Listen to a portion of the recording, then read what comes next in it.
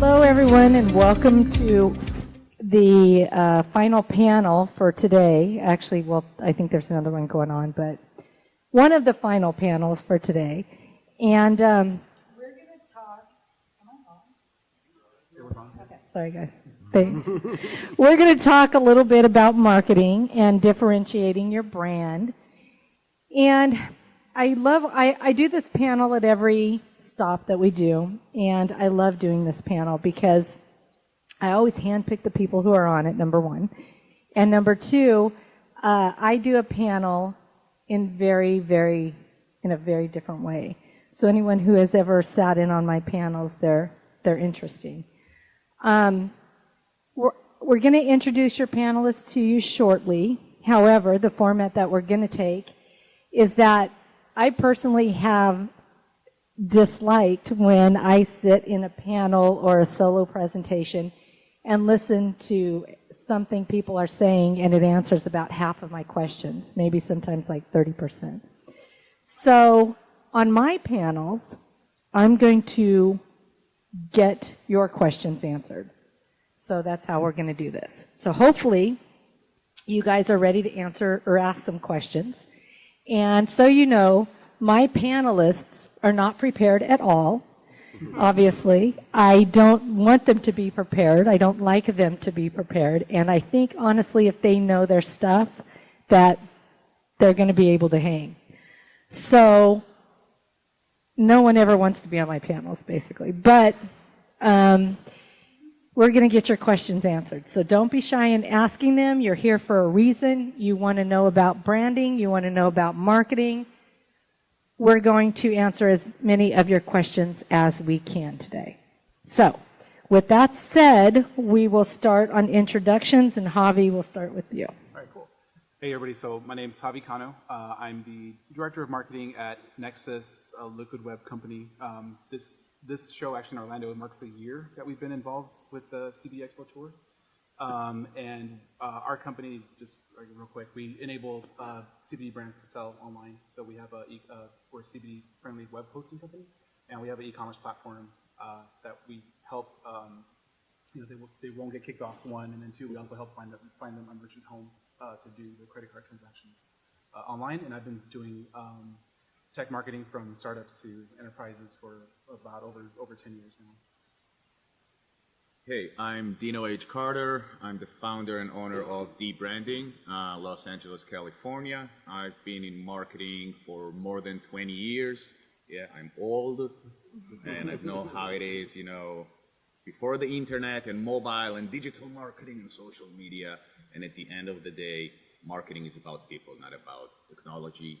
And if you know and understand how to talk to people and get them to think and feel in a specific way, that's what branding and marketing is all about. I've been in the cannabis industry for about 5 years now, with totally different aspects of it. And myself, my company is doing from branding to marketing, whatever you need. I try to actually focus on real brand consultancy. Because branding is hard, differentiation is hard, and that's why I'm here today. Jen. Hi, I'm Jennifer Culpepper, and I'm the founder of Brand Joint. We do brand strategy and development for cannabis and hemp companies. Primarily, we work with consumer products. So like Dino said, we help to figure out who the target audience is and how to communicate with that specific target audience. I've also launched a couple of our own brands, including one CBD skincare line called I&I. Josh. My name is Josh Pearl. I'm the founder of Green Cross Health and Wellness. We do retail, franchising, distribution, developed a few brands, and have been in the cannabis space since '91. So it's the gist. Awesome. Thanks, guys. So as you guys can see, I tried to spread it out a little bit on every topic that we could possibly touch here. So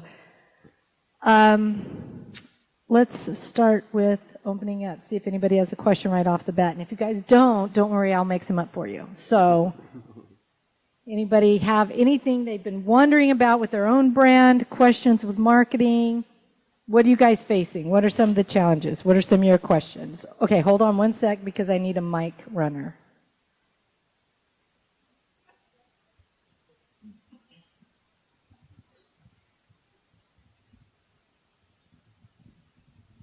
Just real quick. Yeah. It's on? Okay, just real quick. I know the first gentleman there was talking about processing, but the last show that I was at in Indianapolis, there was a mass exodus from some of the processing companies. And I know we're still having the issues with having processing companies allow CBD to be sold or purchased, and any insight that you guys could give on that, and is there like a direction? I know Square is talking about possibly getting into the CBD industry now, and there's a few others, but just curious on what you think on that. Yeah, so the Indianapolis show, I was there as well when Elevon pulled out, and then from that point forward, it became very difficult for a CBD startup to get a domestic bank to do the credit card processing for them. You'd pretty much have to offshore it if you were starting from scratch, and it was only if you're a big player with existing history that you could be domestic. But pretty recently, it's opened up some more. So I don't know if you're like walking around the show here today. There's some more folks that are walking around that are doing processing, because there's, at least from some of the partners that we work with, I know of at least 4 domestic banks that are, and they're reasonable and accepting of CBD startups. The only if you're a startup, the only kind of like restrictions that you might be facing is like you're not going to be able probably to sell CBD vapes or flower directly online. You're going to have to just do like the regular topicals or the tincture itself. But it is opening up, and like you mentioned too, Square is another one as well. And the approval time has gone down. So with Square, they have a landing page. If you're a startup, you can Google like Square CBD, right? There'll be a landing page. It's a form. It takes about 2 weeks to get through the approval process. I would just suggest that you have like some kind of business plan ready, because that's probably something they're going to ask for. For the other like domestic banks that I know of, it's probably about a week approval time, which has improved pretty significantly from the time before. It was maybe about 6 to 8 weeks previously, so now it's sped up some. Real quick, Josh, I want to ask you, because you have Green Cross and you guys, I'm sure, do a lot of processing, et cetera, for your products. From the standpoint of a business owner, what do you see? What do you find? So we've been in business at the retail level for about 2 years. We've been through 6 credit card processing companies. We are currently part of Square's beta program. I can tell you the process was fairly simplistic. However, I was told no by 5 reps before they called me back and said, we'd like you to be a part of the beta program. I have met with other companies who have different stipulations than I have with Square. Some of them can sell flower. We're not allowed to sell flower on our website. Square is very affordable. I can tell you we've had Square shut off on us in the past, not part of the beta program. The dilemma with Square is once they cut you off, you're dead in the water. You can't even call tech support. You can't call the 800 number without logging into your account and pulling out an identification number to then call tech support. My suggestion is always have a backup to the processing that you have in place, number one. Number two, what we've run into over the last year is the sales reps that are on the floor will tell you yes, yes, yes, yes, yes. The underwriters might get it approved. Once your account gets audited from above that, you get shut off. And it's in the middle of the day when you're open for business and there's nothing you can do about it. So do your due diligence. A few things to look out for are transaction fees. You might be able to touch on this more than I, but what I found is that the transaction fees are usually the sales rep's commission. So you can get those lowered and or removed 9 times out of 10. I can also say that Square's beta program, one of the requirements was $175K a month in transactions. And then they also have an approval process of looking at your website, asking for your business plan. They really go in depth to protect themselves, of course, but it is opening up. Dilemma being is timeline. We really don't know how long it's going to take for these banks to open up. The banks that are saying they can do it, when do they change their mind and decide that they no longer want to do it? We've seen all of these scenarios play out. So we have an ATM in every shop just in case. We have ACH, whatever it is. So electronic check processing as a backup for our wholesale side. We have a second processing account just in case we get shut down. But we've run through all the scenarios you can possibly run through. Okay, let's go to the next question. I think we had one back here. Mike, runner, do we have a mic going over? Yeah, right there. Awesome. Thanks. Hi. I know there's a lot of limitations and grey areas when it comes to social media marketing. And it almost Oh my God, I love your accent. Where are you from? Stop it. Where are you from? And it almost seems like some ads by other companies are getting approved, whereas others are being banned. Have you guys got any recommendations of getting ads approved or the next best way for us? Okay, let's start with Dino on that and then go to Jen. Actually, it's interesting. Last month, I worked on a campaign for a client. Some of the ads weren't approved, and some did. The thing is that, and I see it with other clients as well. I had a client, Sunday morning, I get at 8 a.m. a phone call. They shut out our Instagram. Oh, great. There's a way to save the day. You need to be very smart and don't push your luck. And use the right copy, the right words, and the right images or video. I think with videos is better because it's harder for them to see something in an image. But I've been doing it for a few years with Facebook mainly and Instagram, and it works. As long as you don't say, hey, buy cannabis, hey, get high. Use your brain to see how you can still target the audience that you need without being so blunt, and then it will work. Okay, Jen, what do you think? I would say very similar to what Dino said, but I would also say make sure you're not making any claims, no medical claims. Don't use pricing or say there's sales. We do a lot of work with cannabis too, and with dispensaries, we have to be really, really careful. And those are the ones that generally get shut down first and fastest. And the other issue is that if one of your accounts gets shut down, Facebook knows you, and they know everybody who's attached to the account. So not only will the company account get shut down, but the social media manager's personal account will probably get blocked for about 30 days or 2 weeks. It's always very random.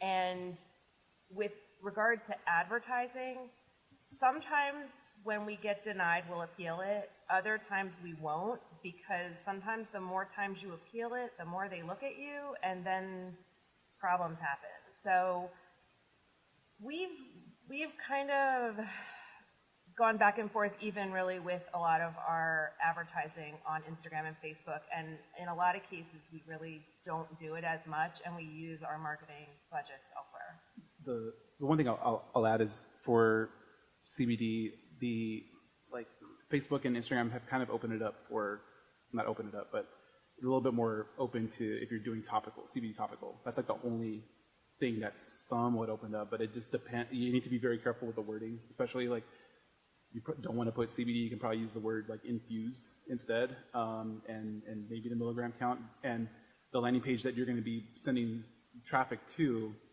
you can't do like a bait and switch kind of thing where it's like you advertise the topical and then you send it to a landing page that has your t-shirts and stuff like that. Yeah. They'll know and they'll shut you down.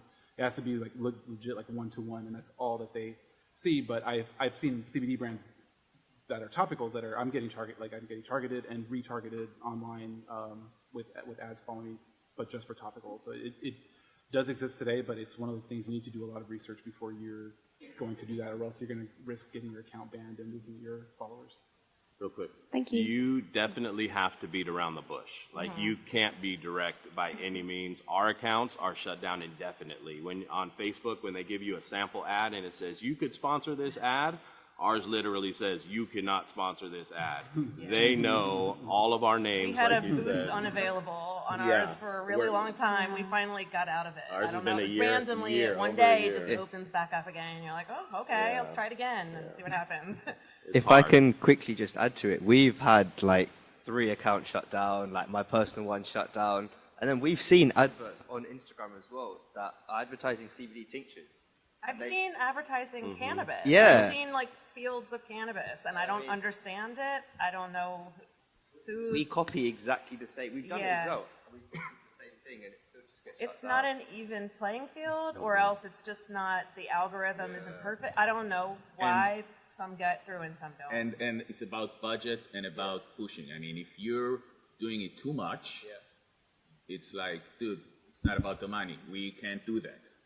They love money, but if you will have $50,000 a month of ads about cannabis, you're gone. But if you will use it differently, $150 here, very targeted, something different, a lot of A/B testing, but not too much. Everything has to be very moderate and, okay, I'm going to try. Don't push the envelope and, you know, use a marketing budget. Don't put everything on social media. Never. Or explore other social media options too. And, I think also you have to remember that at the very end, there's a person that looks at it. There's algorithms that, does it pass this? Does it pass that? Yes, no. But in our experience, at the very end, there's a person. And that person may have a great day. They may have a bad day. They may have gotten high the night before and said, yeah, cannabis is awesome. Let's approve this. I don't know. But at the very end of the day, it's a person, and that's never consistent. So just keep that in mind. Okay, next question. I think we have one over here. Mic runner. Oh. Hey.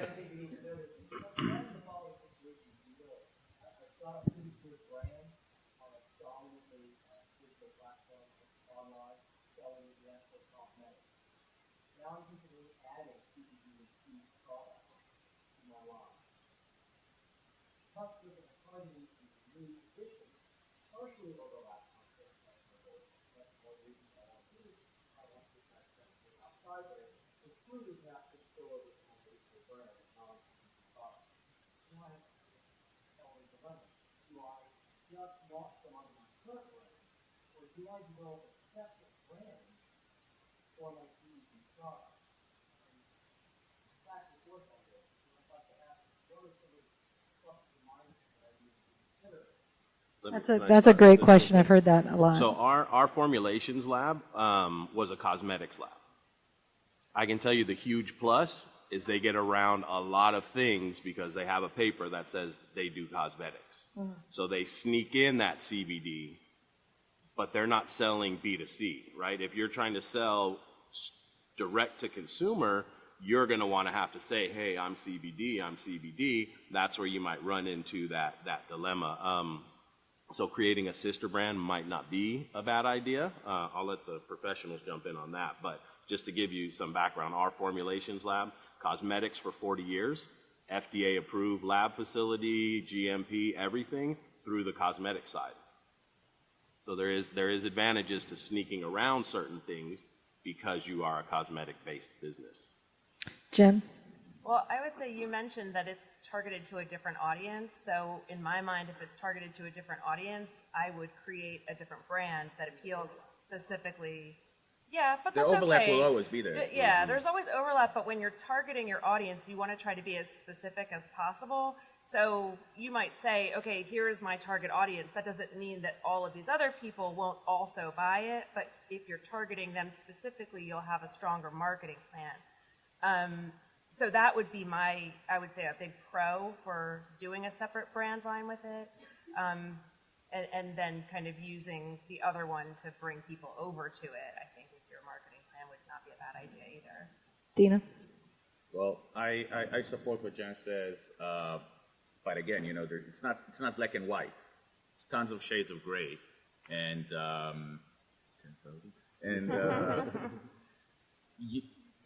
you need to be a little bit more focused on why do you want to sell to this specific segment, and why should they buy from you, and then understand the lapping, and it will really help you understand, because there's pluses and minuses to each of these ideas and directions. If it's specifically to another totally different customer base, just start working on a new brand, new name, new everything. Worst case scenario, if you see that it works well and with time regulation changes and get better, you can M&A yourself.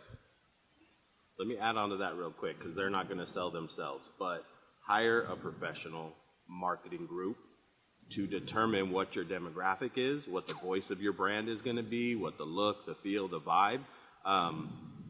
Let them do their magic instead of trying to determine yourself which route you want to go. And through that onboarding process, if they're doing their job correctly, correct me if I'm wrong, they're gonna pull that information out of you and then be able to give you some insight on direction based on what you envision and what your demo is. And what Bobby, your do you have ultimate goals are, too.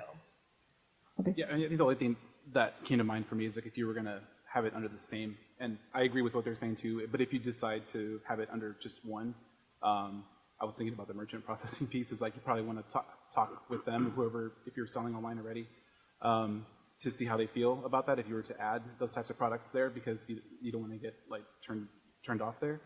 But the other kind of option you have too as well, if you're under one brand and you have some products that are non-CBD and some that do have CBD in them, you can set it, if you have like a like a web developer, you might be able to do it yourself, where like these certain products run through one payment gateway and then your CBD products run through a separate CBD friendly gateway. That's a possibility as well.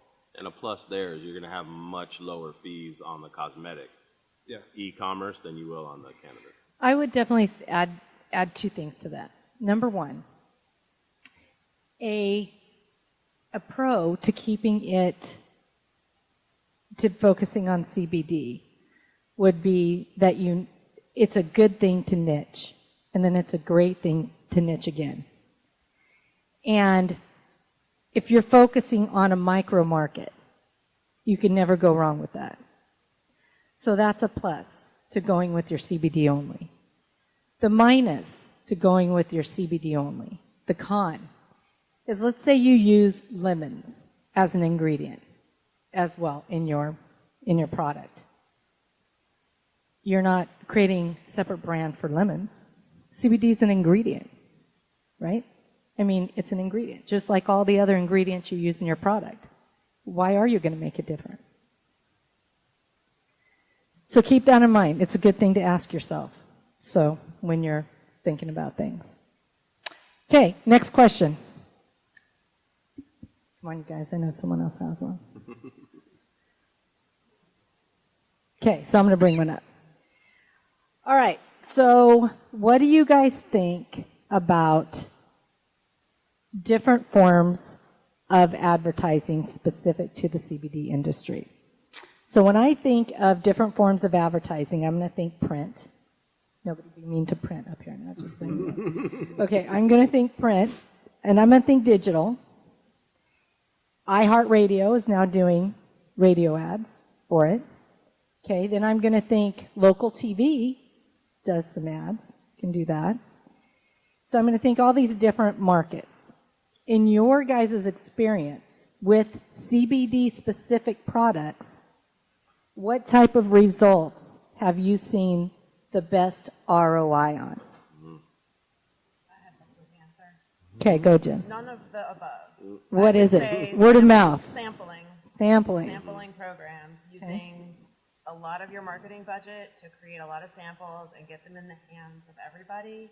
Because if you've got a good product and you can't get people to see it because you can't get on social media or you're having trouble breaking through, if you can go where your people are, give them the product, and then get them to come back.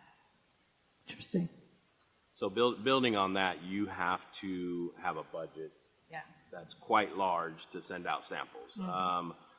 When we first started the distribution, I was absolutely opposed to sending samples. I ran the numbers, and it was $50,000 to $100,000 annually just to mail out samples. That probably hands down will be your best return on investment. We run billboards. The other thing to take into consideration when looking at all these formats is the companies that are doing it.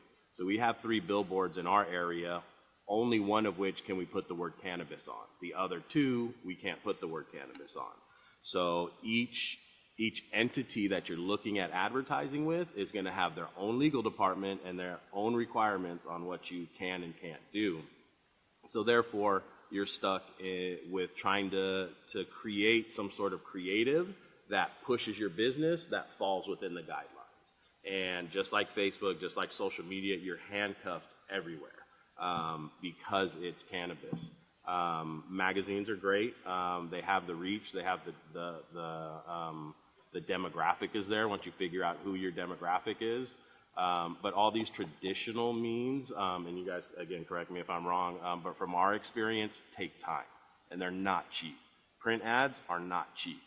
Television, they still charge for television ads like it's 90, like people are watching commercials. It's 2020, like nobody's watching commercials.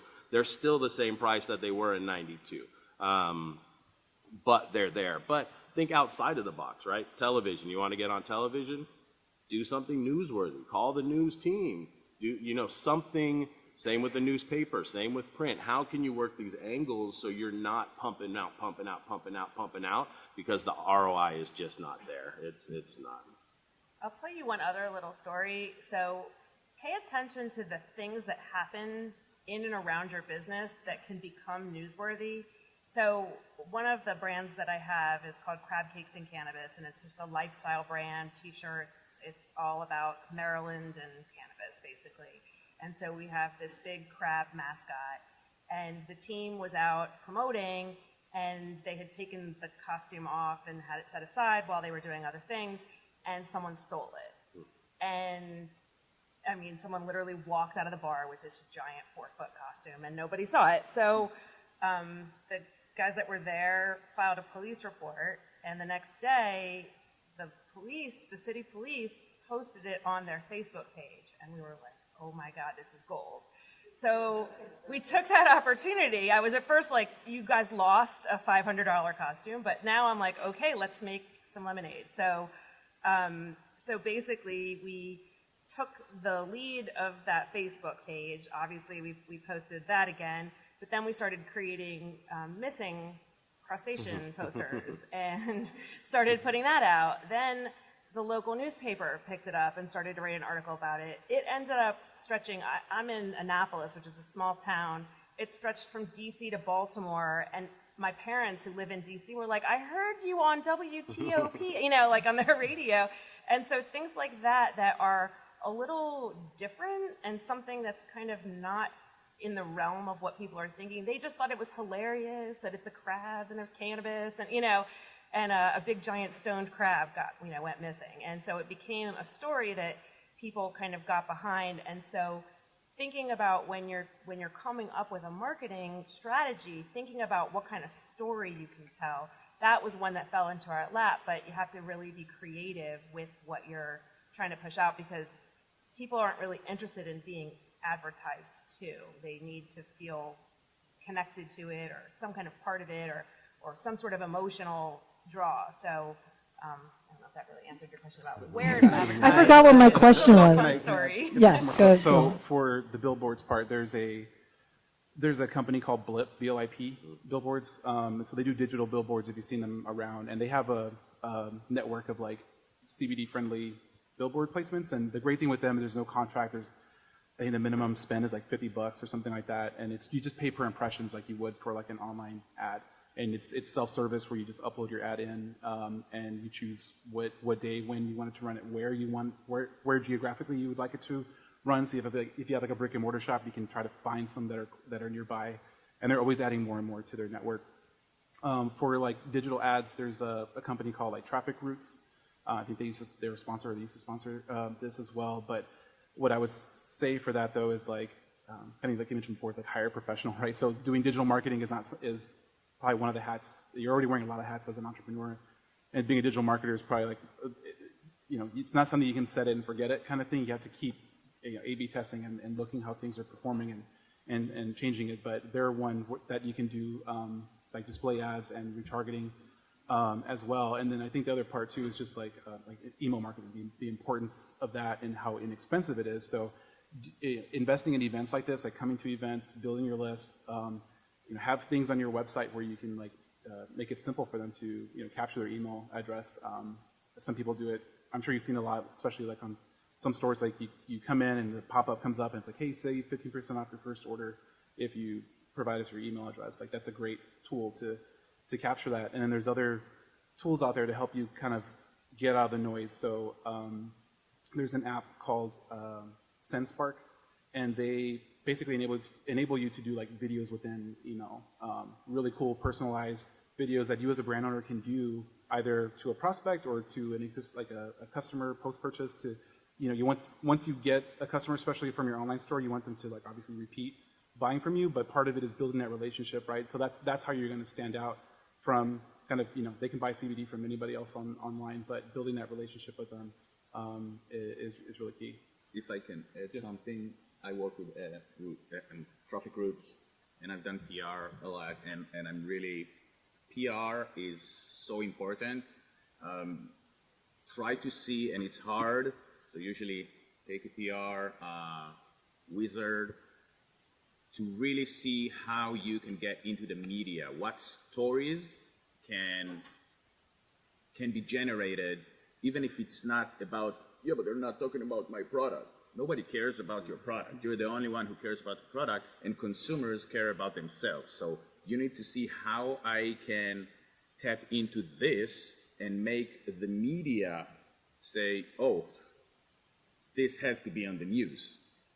That's the first thing. Regarding what's the best ROI, I think that everything, if you sell online, and it's CBD hemp, you can sell it online.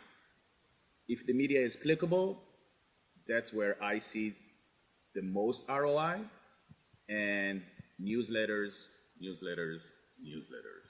you have a good list and you grow your list all the time and you send good newsletters that are clickable, the ROI on newsletters is amazing because it doesn't cost you anything. You just need to create really, really good newsletters.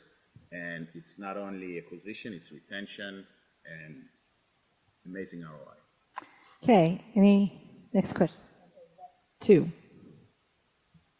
Hold on. How important are testimonials? Super. I would say even more than testimonials are reviews, like ones that are on Google, on Facebook, on whatever. I mean, it's nice if you have people that email you and you can use their testimonials, but it's way more real when it's a verified kind of user.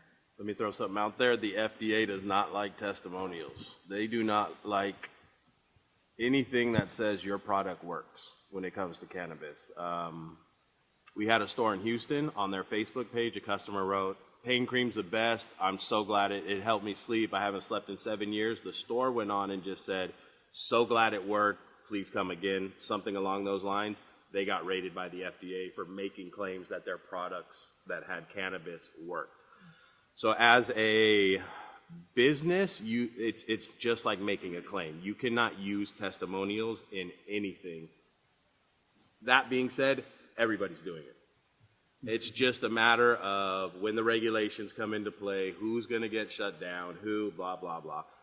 Once you make those claims, I think we talked about this in the other class, but you are then classified with the FDA as a drug seller. You're no longer a supplement seller, and that classification sticks for life. Your company. Is that different for ingestibles versus topicals? That I don't. I would assume. Topicals, I think, have a little more it's leeway. not. No? Mm.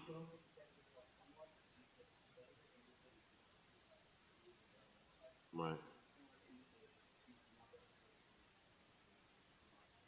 Right.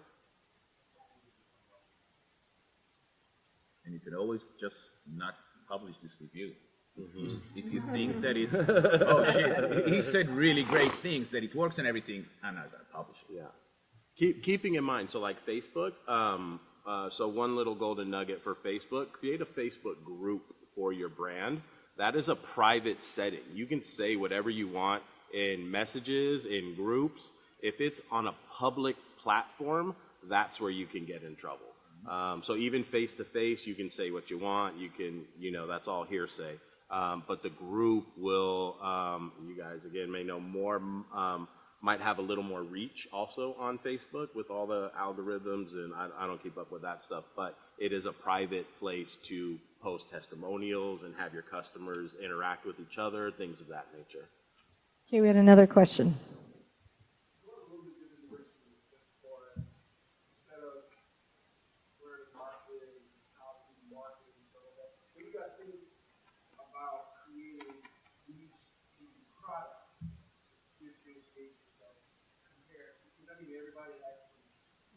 Everybody has the salve, everybody has a lot of the other same things. So do you think creating a brand that will use products or something along those lines is better than the market and the advertising? I'll start. I think it's mandatory. Like, you're now in a day and age where everybody has Me Too products, right? Everybody has a tincture. What's the difference? Everybody has a lotion. What's the difference? Yeah, there can be differences within those products, but now it's up to you to educate and tell people what those differences are.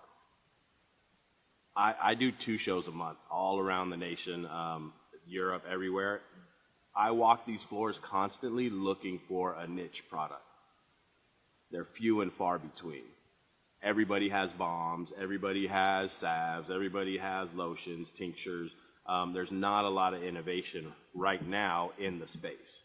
If you have the brain space to create that, that is the direction you have to go in. There's also a difference. So what we found, we have 120 SKUs that we distribute, maybe a little bit more now. We always contemplate, should we have just created one niche product and put all this effort behind one product? We'd probably be 20 steps ahead of where we are trying to distribute 100 products to different people. So I think it's vital for longevity within the space, but there's also IP that goes along with that. If you can create something that's niche, you can secure the IP behind that, where you can get it patented or hold some kind of security to the IP. Go ahead. I was going to say, to add on to that, that you want to be solving a problem. So in addition to being innovative, like you see Carl's Jr. put it in a burger. Okay, that's the first person that did that maybe, but how is that helping anything? How is that actually, making CBD something that's actually legitimately doing something for you? So I think making sure that you're figuring out who your customer is and how you're solving some sort of pain point. If I may add on that, just because there's so much of the same, and the cannabis industry is not using a lot of the marketing and ideas that has been with us forever. So let's say everybody has that. Everybody has the same products.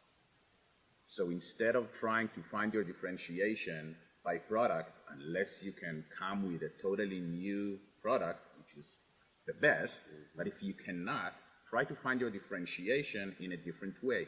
And don't think my differentiation is the product or the features of the product. So at the end of the day, everybody's doing that.